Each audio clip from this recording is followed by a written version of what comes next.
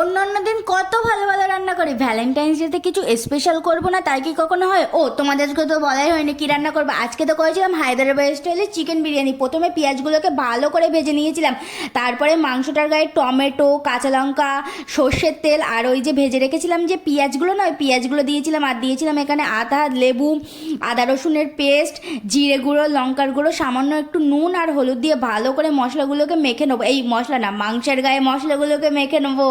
তারপরে ওগুলো না 2 থেকে 3 ঘন্টা ফ্রিজে রেখে দাও তো।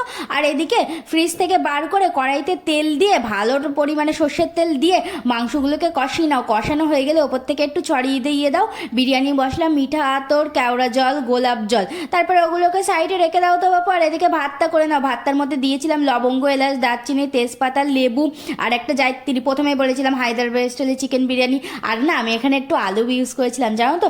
তারপরে মাংসটার ওপর ভাতগুলোকে দিয়ে ওপর থেকে বিরিয়ানি মশলা, গোলাপ জল, কেওড়া জল, মিঠা আতর আর দিয়েছিলাম ওই যে ব্রেস্তাগুলো করে রেখেছিলাম না, ওর অর্ধেক ব্রেস্তা তো মাংসতে দিয়েছিলাম আর অর্ধেক ব্রেস্তা এতেই দিয়ে দিলাম। আর ধনে পাতা, কাঁচা লঙ্কাও দিয়েছিলাম জানো তো।